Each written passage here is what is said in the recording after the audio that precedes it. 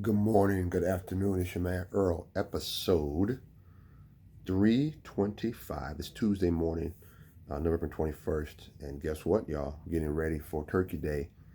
So I hope all is well. Listen, I know holidays can be challenging. I know the holidays can be stressful.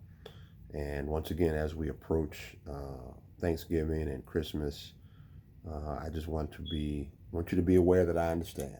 All right. So I'll be praying for you, praying for church family, praying for those individuals who come into the bookstore. And we thank you for your support. We thank you for the people that come in on a regular basis. We thank you for the people that come in just to check us out. So with that being said, I know it's Tuesday. It's also a special day for me personally, and I will stop right there. So we thank God for November 21st. Now, with that being said, episode 325 on the docket. This was a day. This is interesting. I got to admit, this is also very strategic. Not that all of it is not strategic. I'm just lifting this up because this is one of those points and places that you can really pivot and become dominant in your industry. What are we talking about? We're on page 136.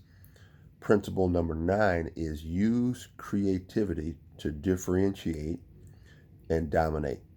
And once again, use creativity to do what?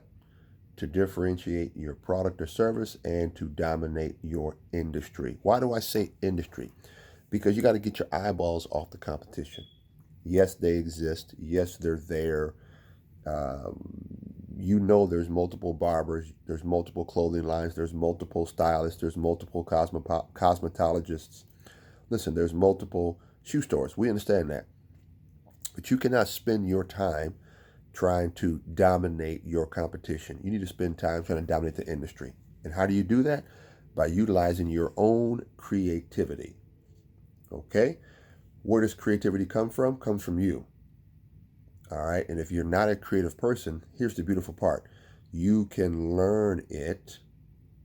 I'm going to say it again. If you're not a creative person, you can learn how to become creative. Okay. So, episode 325, November 21st, use creativity. All right. I'm going to give you a couple areas to lift up. Number one, your attitude. You got to make sure you have a positive attitude. Negative attitudes have a tendency to block creative thought. So if you're negative or you're having issues with your how you look at the world, your outlook, you got to be mindful because negative people have a hard time being creative. All right. Here's another one.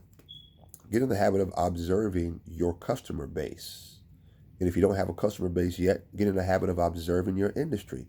Looking at things and circumstances is one thing. Seeing an idea within them is another. Okay? I'm going to say it again. Get in the habit of observing. How about the habit of collecting ideas? I'm a strong advocator of collecting ideas. Always have sticky pads and notebooks.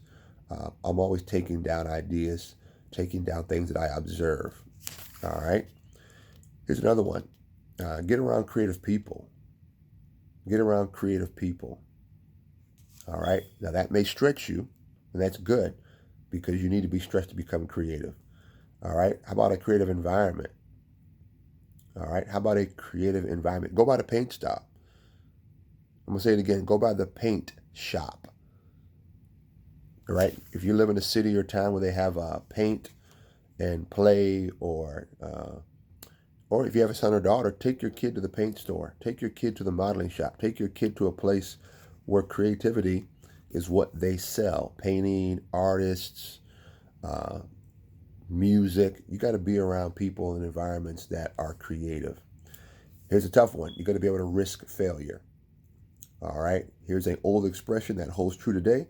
No risk, no reward. So yes, being creative will expose you.